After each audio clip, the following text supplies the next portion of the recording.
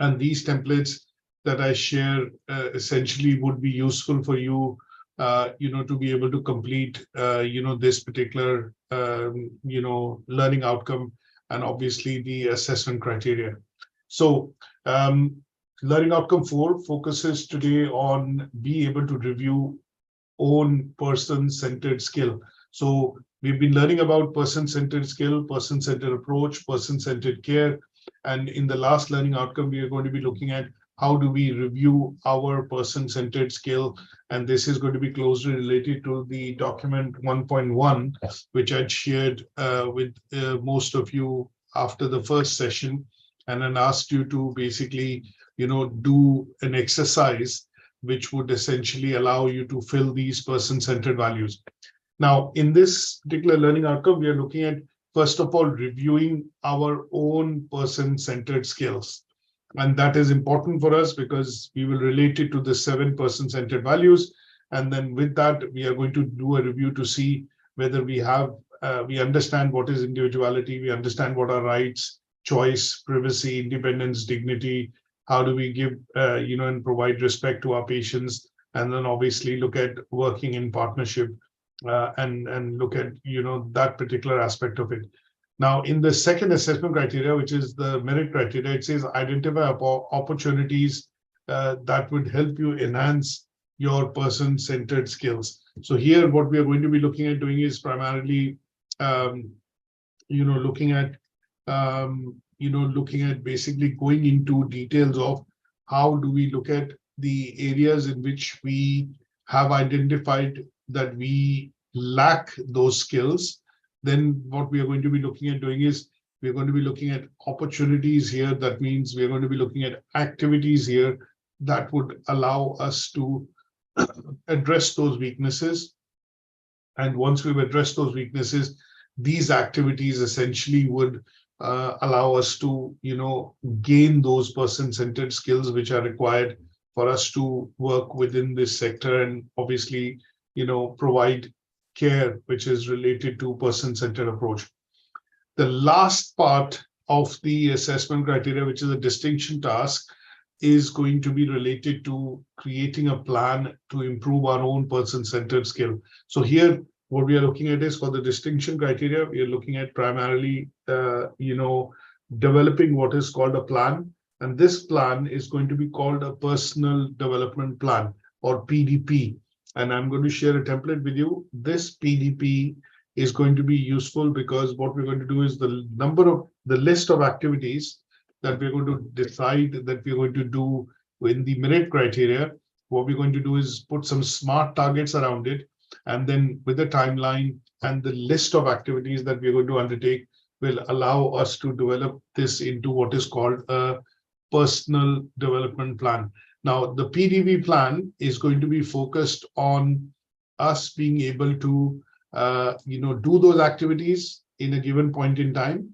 And those activities, once we complete, would allow us then to, improve our person-centered skills, which is what we need to be able to do for this particular last assessment criteria, the 4D1.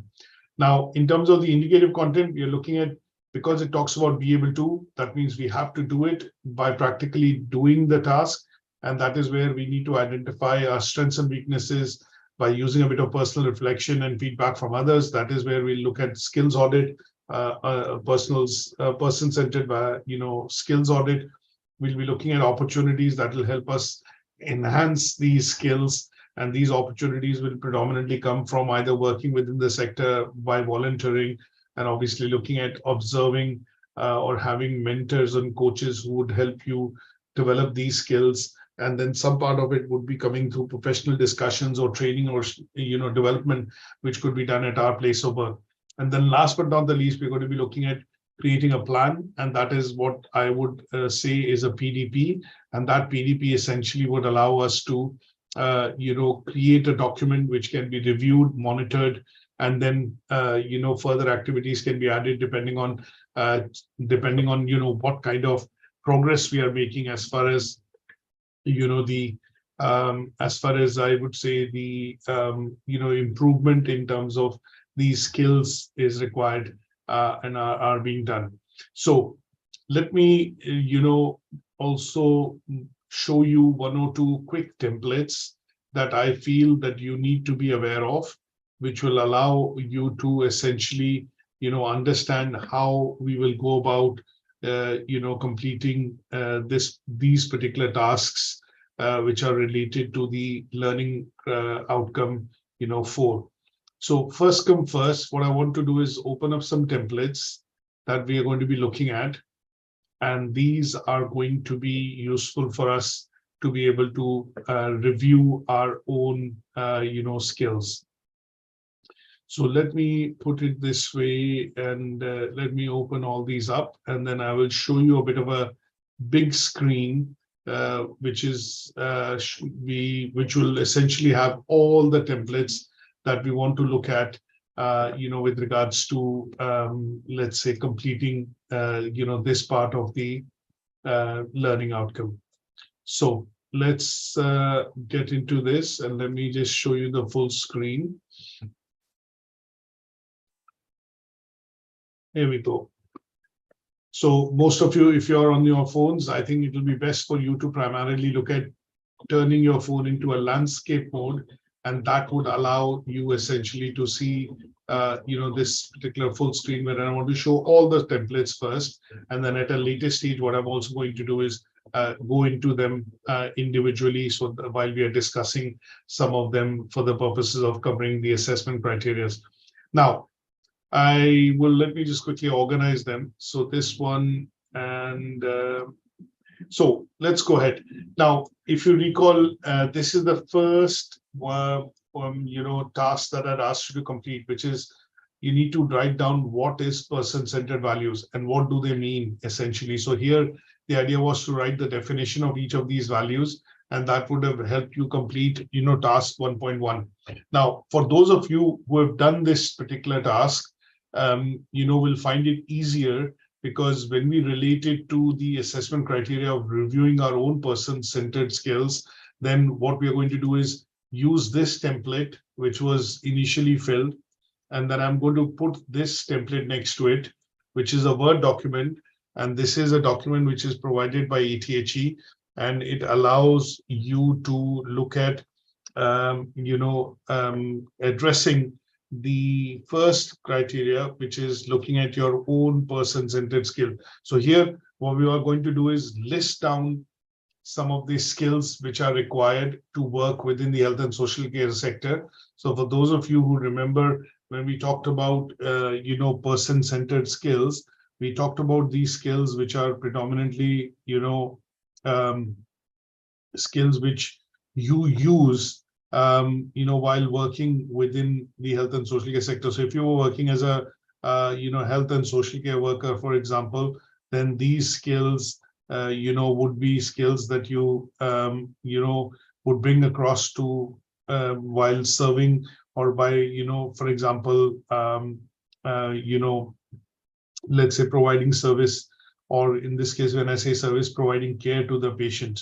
So when we talk about person-centered skills, we are talking about, skills which are going to be, let's say, skills which are essentially required from a person's point of view. And these could be skills like, for example, being empathetic, you are compassionate, you are having good communication, you have the ability to be able to, provide information to patients, you are a good listener. You might also have, say, for example, the ability to be able to grasp a lot of information and then relay that information in a very effective, way or manner to the friends and families and relatives of the patient. And in some cases, some of these skills would come across as, hardworking skills, or you have a skill wherein you are able to personalize the approach in terms of when providing care to the patient. So some of these would be, useful here, that you have to list down. So if I have to start filling up this particular template, I would look at, say, for example, one of the other skills which I would put it is effective communication. I would also put down skills here which are, say, for example, I'm able to respect or respect the choices which are being made by the patient.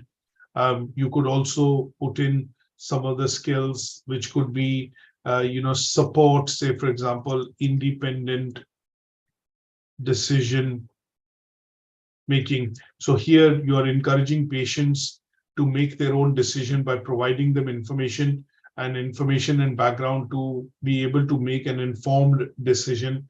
And they would say you would believe in providing autonomy to the patient. You would also look at, respecting, if I put this here in terms of their dignity, and obviously providing them the ability to be able to, look at privacy. So dignity, and these are individual, words or, skills, which I'm going to list individually rather than clumping them up, because they are all part and parcel of, person-centered skills. So here, in the context of health and social care worker, so if I assume, that you are a so health and social care worker, and if you are a health and social care worker, then how are you looking at, using these person-centered skills to be able to provide care to the patient? And these person-centered, so I'm talking about personal attributes and person-centered skills, or your own attributes and your person's skills, which are going to be useful in providing care to the patient. So this particular template, here I would say you need to assume that you're working as, say, a health and social care worker. And as a health and social care worker, what are the person-centered skills that you would bring to your place of work is what you need to discuss in this, as a table. So if I mention this, you are looking at, primarily putting things down. If I delete this, or, if I say, for example, remove this altogether, and if I go into just sharing this particular part of the document with you, so we'll go into this detail in a second, but just generally, if you're not aware of what your skills are, and if you want to do a skills audit, then my suggestion would be just, I think it'll be okay and easier for me just to share one template. So if you're not sure about what are person-centered skills and what kind of skills you would, look at in, in this particular task, then what I would suggest you to look at would be to primarily say, let's put it this way. So you are going to do an audit essentially, and that audit that you're going to do will primarily be focused on, understanding what your skills and knowledge is in this particular area or in this particular field. So if I briefly, mention and show you this particular template, which is what I am looking at, asking you to do, would be to make use of this particular template on your screen that you see. And here, what I want to do is, assuming you're working as a social worker and you're working and, supporting children and young people, there are certain aspects that are shown in this skills audit template. And this is going to be an audit. So you need to rank yourself and assess yourself whether you have these skills, and if you have these skills, to what level do you feel you have these competencies and skills at your end. So if I look at direct work, so example, if you're given work by a supervisor and you've been asked to work independently, then how do you rate your communication skills? Do you see that you have little or no capability? Do you see some capability but further development is required? While you're working within the context of health and social care sector, as a health and social care worker who's actually working and supporting children and young adults, and then, or you would say that you have full capability.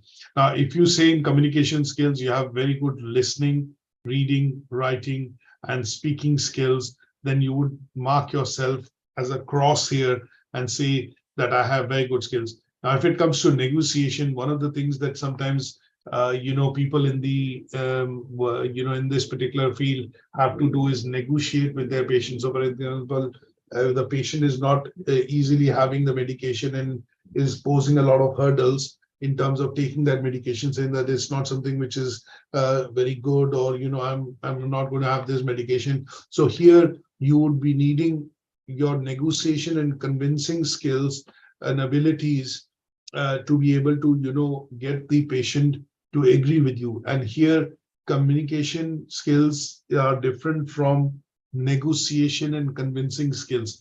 So if you feel that you have negotiation skills, but you still need a bit more further development, then here you would put across. And similarly, you go across and you rate yourself across various types of skills. So one of them is direct work. If I look at direct work, then you have assessment. So for example, if you've been asked to do assessment of a condition with a patient, like take a blood pressure, or look at taking temperature and things like that.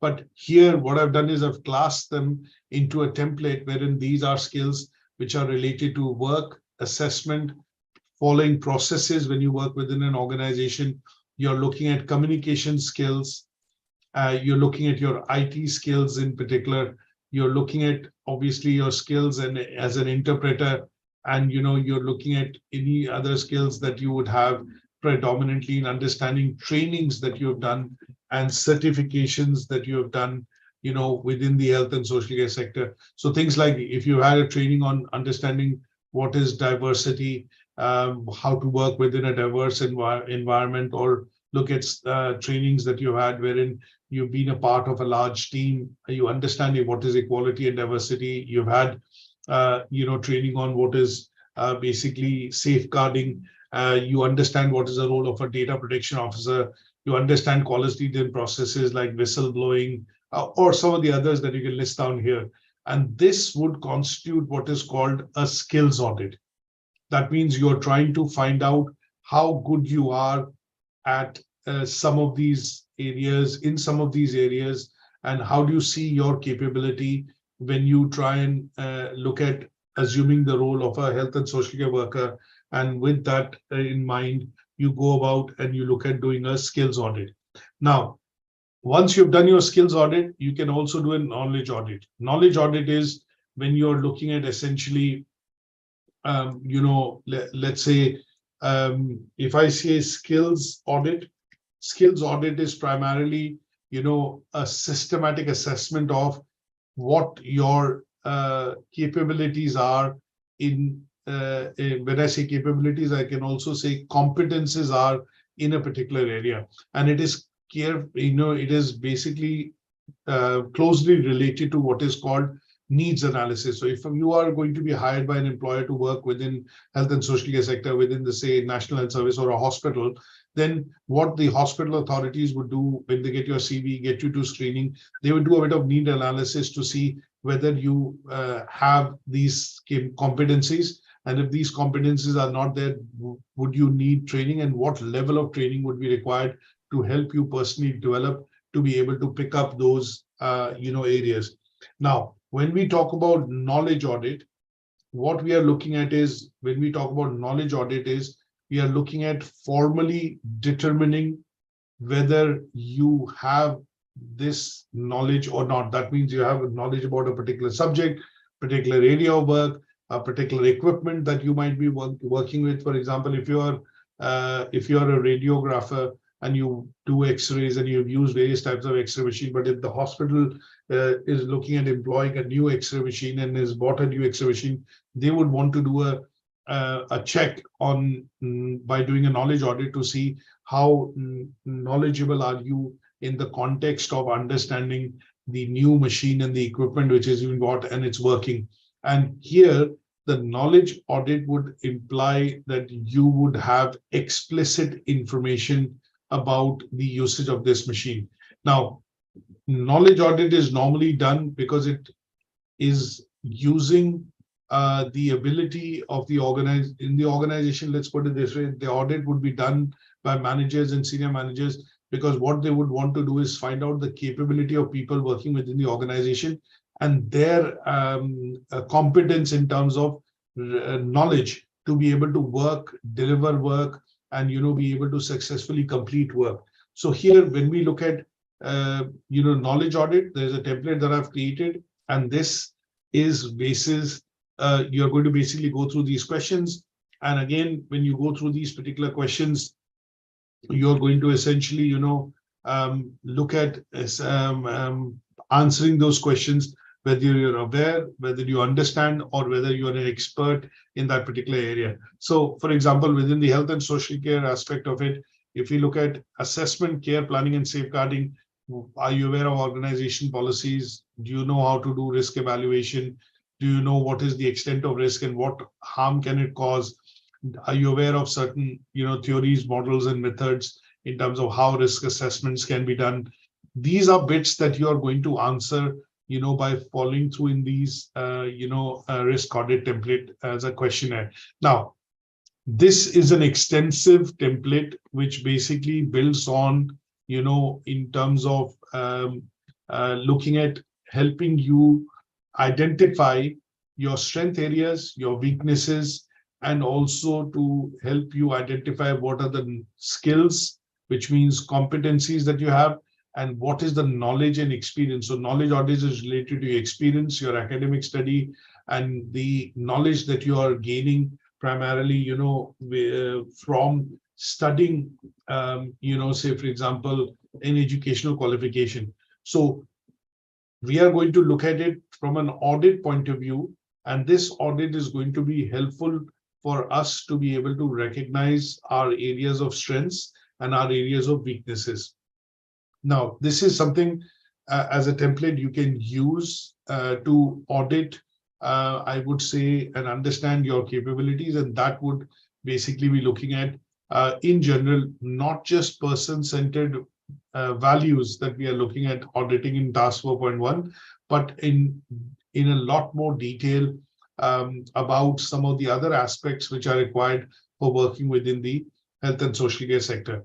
Now, one other document which I want to show you, which is primarily going to be useful for the purposes of merit and the distinction criteria, is going to be this particular document, which talks about personal development plan, the plan that we have to make after I do the audit of my skills, and review of my skills. Then I need to identify what are the opportunities, and that would be done through the SWOT analysis, or strengths and weaknesses analysis that I will do using SWOT.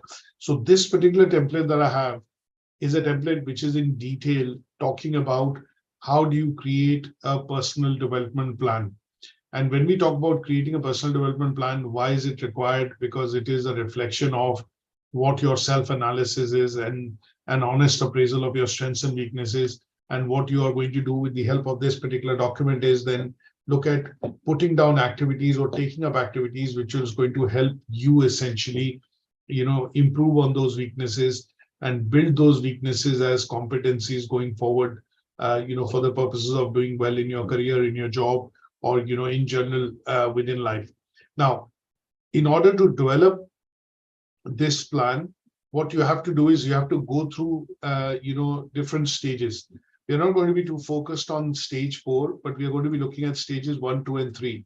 Now, this is a template which has been developed by Chartered Marketing Institute, and obviously it's a detailed template which can be tailored and used within the health and social care context, and that's why I have provided this particular template. Now here, the first stage of developing this personal development plan will go through what is called personal SWOT analysis. So here, what you're going to do is you're going to go into details of what are your strengths, what are your weaknesses, by doing a bit of reflection. And what you're going to also do is look at the opportunities that you're looking at progressing into from a career, from a job role point of view, and any threats that you feel which will impediment those opportunities or areas that you want to get into.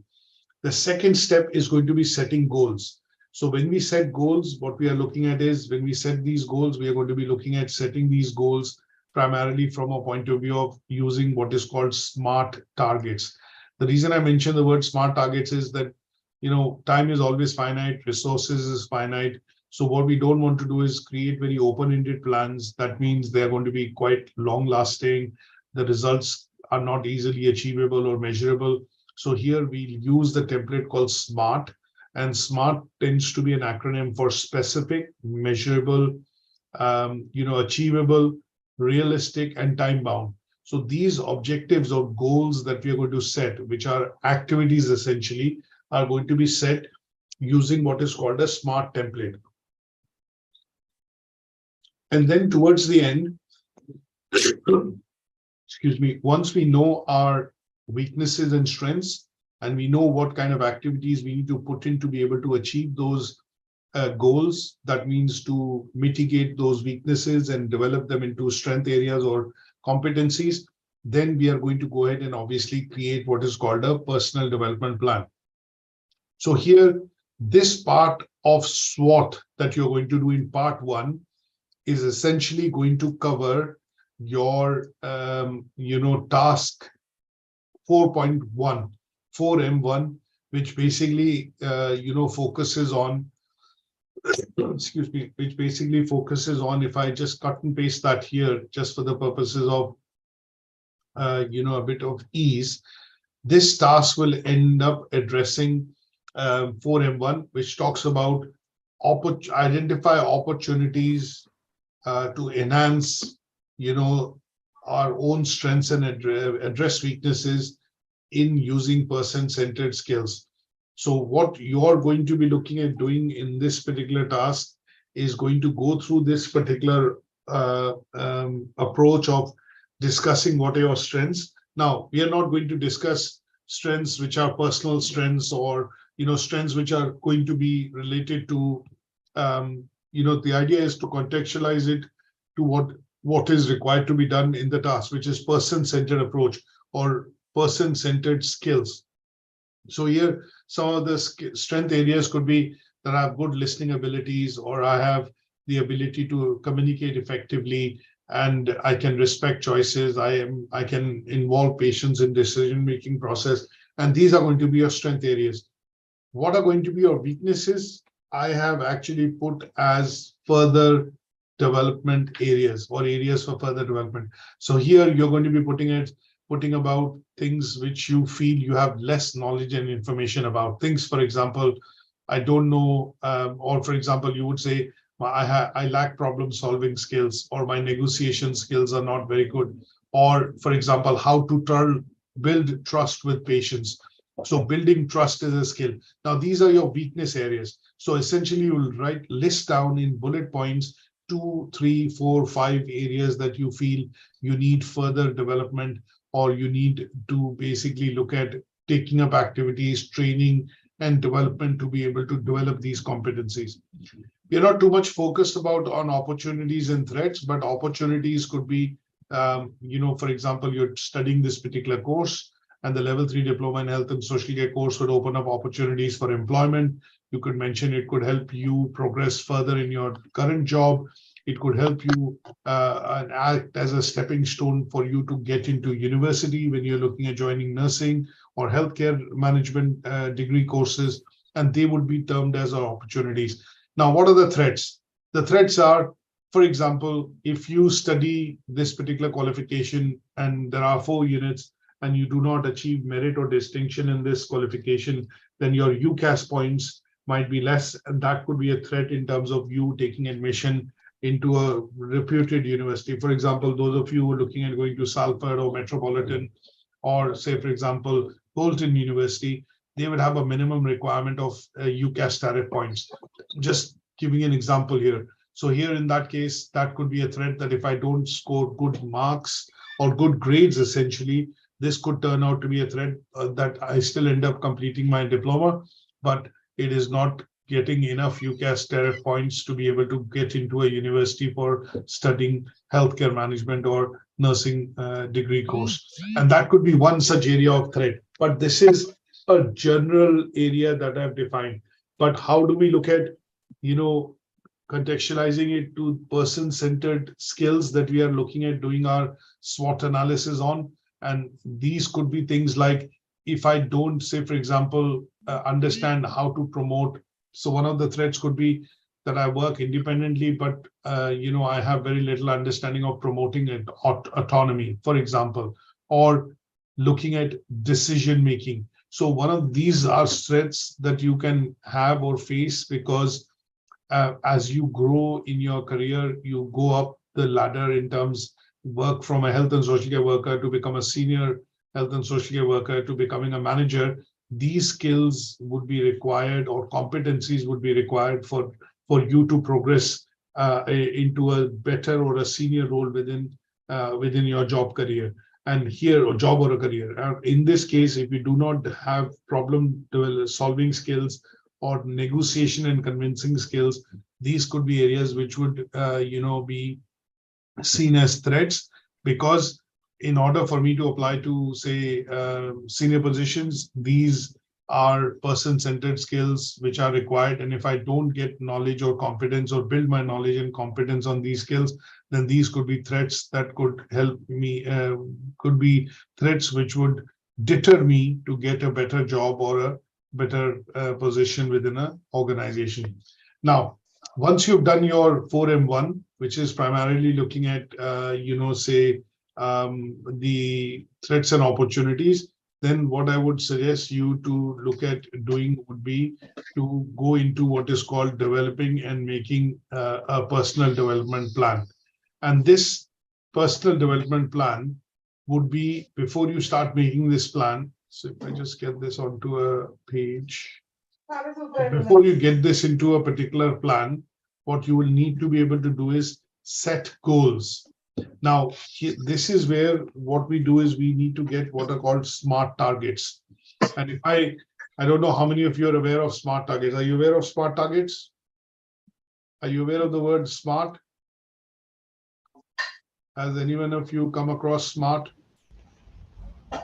No.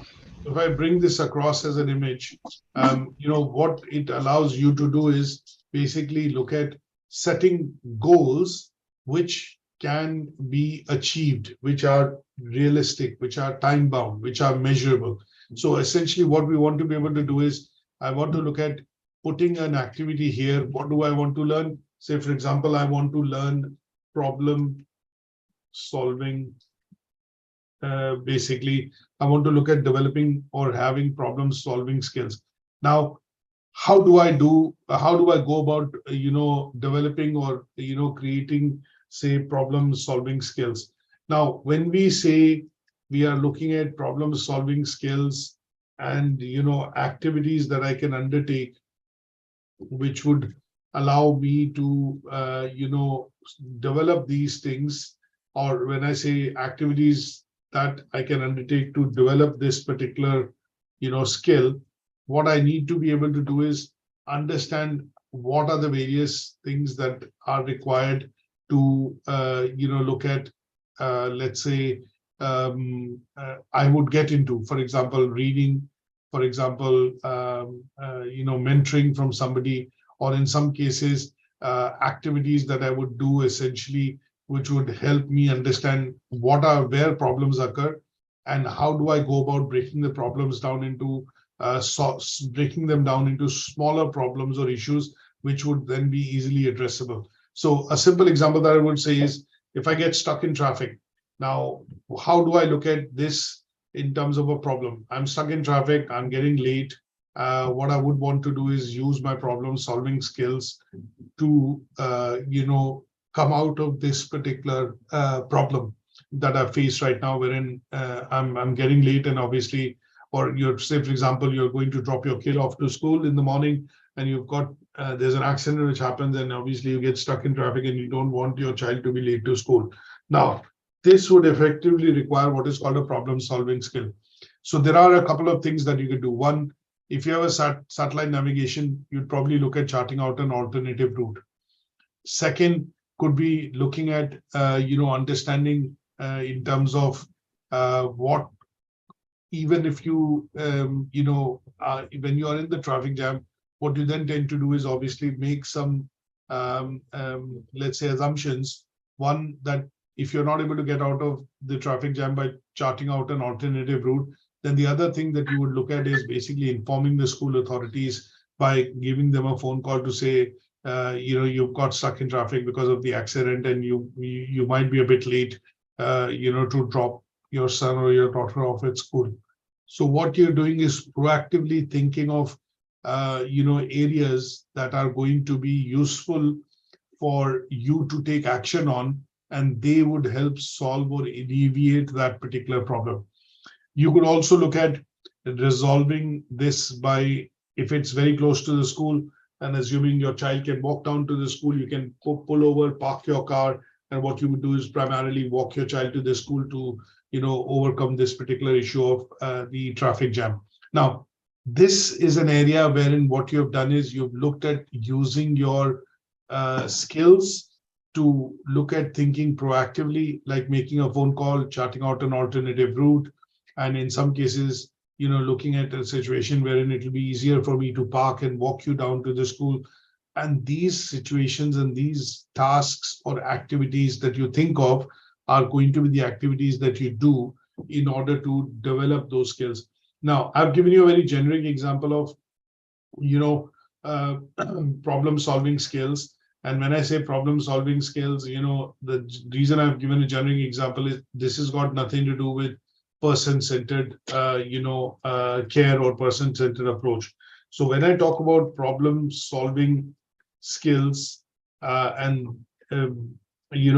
this is, say, for example, you want to look at activities that can be done to, say, for example, activities that can be done to primarily gain this skill. You can then, write down what are these activities.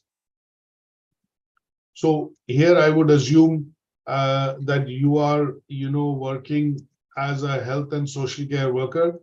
And as a health and social care worker, what you would do is basically look at, developing these problem-solving skills by undertaking, a number of activities to, let's say, build this competence. So when I do this, what I would look at is I would take the help of, say, for example, in some cases, when I look at, so let me put it this way. If I have to show you a table now, let me just insert a page. So I've assumed that I am working as a health and social care worker. And because I'm working as a health and social care worker, what I would want to be able to do in this case is primarily, develop what is called problem-solving skills. Now, when I look at developing these problem-solving skills, I am thinking of situations where all would I need to apply these skills. So when I look at where all I would need to apply these skills, I would be looking at, thinking of areas which would be useful for me, to look at activities that I want to undertake and help and hence develop these skills. So if I have to look at, how do I look at doing this? One, if I look at case studies, which is one of the things that I need to be able to do, but this is generally speaking. But in the case of health and social care, I'm going to be looking at role plays. I'm going to be participating in exercises which are typically done during the course of the day within a particular setup. So you might have a manager's briefing in the morning before you start your shift, and the manager is going to assign various roles to various individuals within the team to say, you're going to do this, or you're going to be taking charge of this today, you're going to be helping out this person today. So these role plays would help you understand, what are the various challenging situations. And because you're budding up or following up with somebody, you're going to be able to pick up some of these skills required, to work effectively. Then there could be things that you do in terms of team discussions. You could look at also having a journal that you maintain wherein you write down some of the key developments or challenges that you're facing and how others have gone about solving these challenges. And they would become a bit of a useful, journal for you for use from a point of view of use in the future. You could be shadowing your experienced colleagues. There could be continuous learning, which can typically happen from training and development. And then you're also participating in things like critical thinking exercises, you're asking for supervision from your manager, and you're also taking feedback from your colleagues, supervisors, and patients to be able to help improve the things that you do on a day in, day out basis. Now, this is an example of what and how you would go about probably say if one of the activities that you put problem solving, what are the goals and activities that I need to do? What are the resources? How would I measure it? And now what is the target? In how long would I be able to complete this would be covered, in this particular template. And once you've created a couple of these, for example, problem solving skills, I might write another one, for example, develop active listening.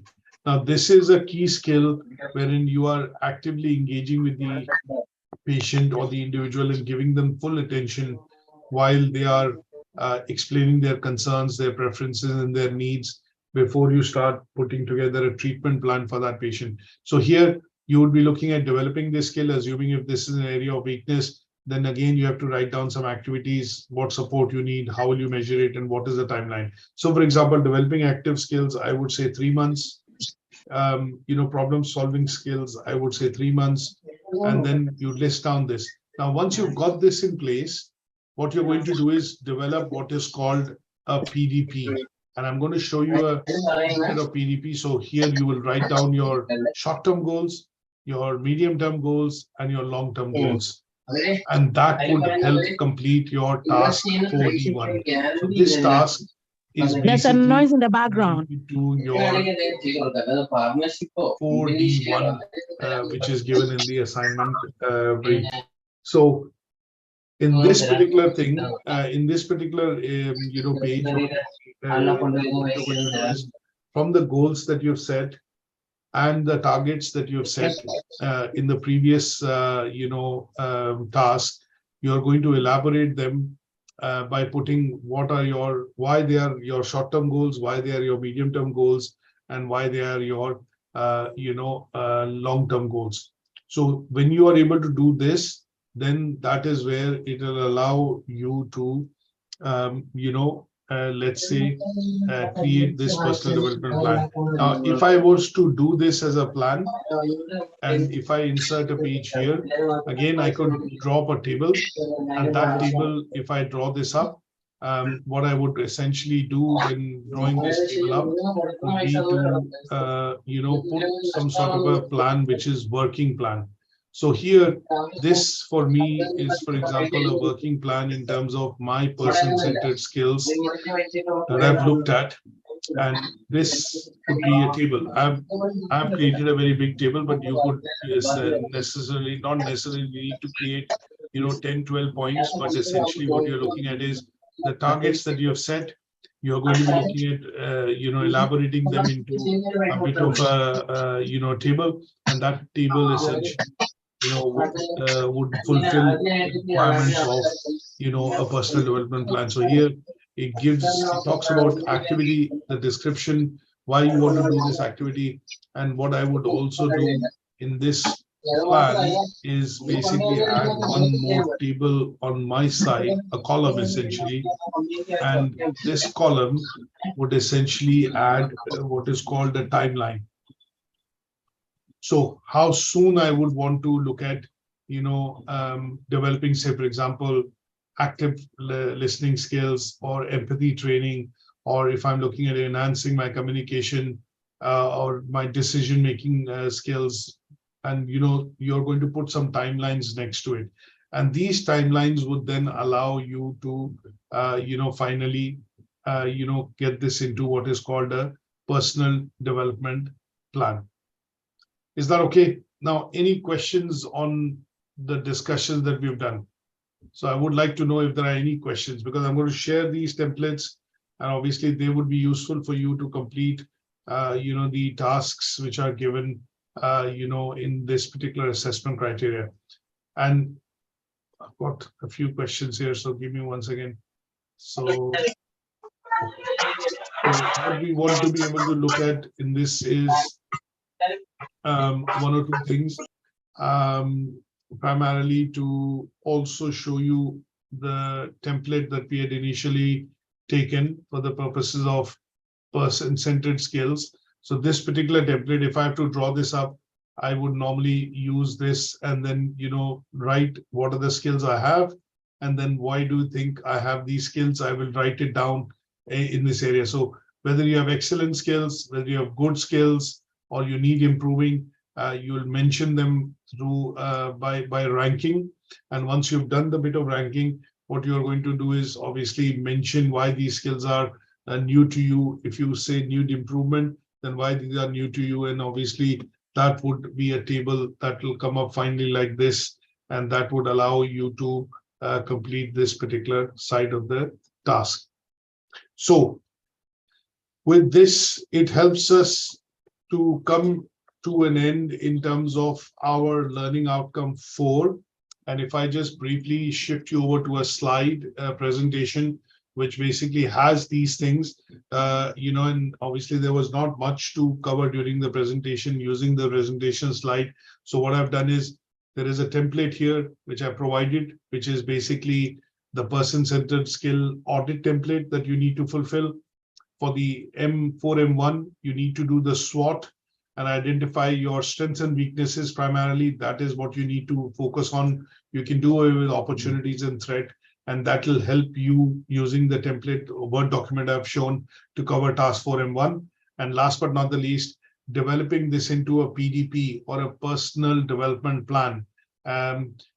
Some of you might be looking at, if I just again, show you the full screen, there are 2 templates that I have. Now, depending on which one you feel it's easier for you to use, you can use that to cover this 4D1 task. So if I show you, this is the template that I am comfortable with, and I would recommend that you use the 4D1, which has some background on it. When you submit it for assignment, obviously these bits you will delete because they are only acted as guidance for you so that you're able to understand what is a PDP. This is one template which I would suggest you use. You then submit it for the purposes of completing, the task. The other template that I have, which I would, if some of you want to look at, not using this detailed one, but exactly you've done your person's audit and how you've done your audit. You've essentially done your audit by using this particular template given by ATHE. Then what you could do is straight away develop, by using this particular template, and then essentially, straight away jump to this one here, and that would allow, you to just fill up the activities which are required as far as, the personal development plan is concerned. So here, you are going to list down the area, which is an area of development. You're going to list down the date on which you've discovered that this is a weakness. And then what are you going to do in terms of activities to be able to, develop that skill or that competence? How many hours you're going to spend? Why did you do this? What are the key things that you've learned? And, how would you apply this in your role as a health and social care worker? And if you feel this is a simpler template for you to complete by doing your skills audit and also reviewing your personal centered skills, then by all means use this particular template to be able to, submit in the assessment for the distinction criteria, which is 41. So you're going to mention your name here. You're going to mention your role. So I'm a health and social care senior worker. You are going to look at what is the period that is covering. So I'm going to say Jan to December, 2023. And then, so basically period starting, Jan 2023 to December 2023, because normally when you develop a personal development plan, it normally tends to be a document or a working document, which will be reviewed every 12 months. So generally the duration for which you'll plan your activities could be anywhere between 3 months to 12 months. But this is how you'll fill that document up. And I've just given an example here of, for example, one of the things that I need to work as a health and social care worker and visit families or homes to be able to provide care is to also have safeguarding training. So this is something that I felt that I need to improve or, get knowledge and skill on. And that's why I put this on as an activity in my personal development plan. And that is what this template essentially highlights. Now, what is CPD? The reason I put CPD is personal development plan, as the word says, personal. This is a plan that you create, you monitor, you review. This is not a plan which is shared outside. A CPD is a career professional development plan. So if you have your supervisor, your manager, or at your place of work, somebody reviewing your plan to see and check and monitor your progress on some of the activities and goals that you've set, then this would be termed as what is called a CPD document. That means it is a document which is shared with your employer or shared with your manager or supervisor. You would put activities in it, your manager would put activities in it, and at the end of the day, this will be reviewed consistently to ensure that you are gaining the skills and you are developing those competencies which are required for you to work comprehensively in your role. So the document format remains the same, but in general, the template, the way we call it, is slightly different. Personal is personal to you. It's like your personal diary, your reflective journal. But when it is a career professional development plan, that means it is made by you, it is reviewed by you, but it can also be elaborated and reviewed and monitored by your supervisor or your manager. Is that okay? Any questions on today's session? So that brings us to an end of discussion on this particular unit. Yeah. And what I would suggest that you do is that you start reading into some of the things that we have discussed in the course of these sessions. And next week is when what we will do is do a detailed discussion on this particular assignment. So this was a particular learning outcome, which is be able to, that means you have to go about doing it yourself. And that is where these templates are going to be useful. They are available on Moodle, and you should be able to access them easily from a point of view of downloading them, use the Word documents so that you can create, the documents required, and then obviously submit it for the purposes of, or make it a part of your assignment at a later date when you submit the assignment for the purposes of marking and assessment. Okay. Any questions? Everybody seems a bit quiet today. Yeah, somebody's raised a hand. Go ahead, Grace. Tell me. Yes, I was asking, I'm at work, so. Yes, Grace, ask your question. What is the query? Yes, the templates, are we going to create it ourselves or is being created already? No, these templates, as I mentioned to you earlier, Can these you hear me? are all available upon Moodle, and you would be able to access these templates from Moodle, download them from there. They are all Word documents, and you should be able to use these to be able to, do the task and activities required in the, assignment later. So these are the three templates that you can see. One is person skills, approach or the audit, the 4.1. They're labeled as 4M1, which is SWOT analysis, and the PDP, which is 4D1. So these are the three templates which are up on Moodle. Does that answer your query? Yeah, I've seen it. Yeah. Okay, thank you very much. That's great. So all of you should be able to download these from here, and this would allow you to, practically do this particular task. Any other questions? Anybody else? Any doubts? Any queries? Please, we have a date to submit them. Yeah, so next week, what we're going to do is do a quick discussion on the assignment brief on Monday. And then you have up to 2 weeks after that to be able to submit the assignment. And we will send out a schedule for the new unit to be, we'll parallelly start doing the new unit from the subsequent week. Okay, thank you very much. Okay, no worries. That's helpful. Anybody else? Any other questions? Okay, good stuff. So I'm going to end the session now, and we'll catch up with you next week to discuss the assignment brief for person-centered approach.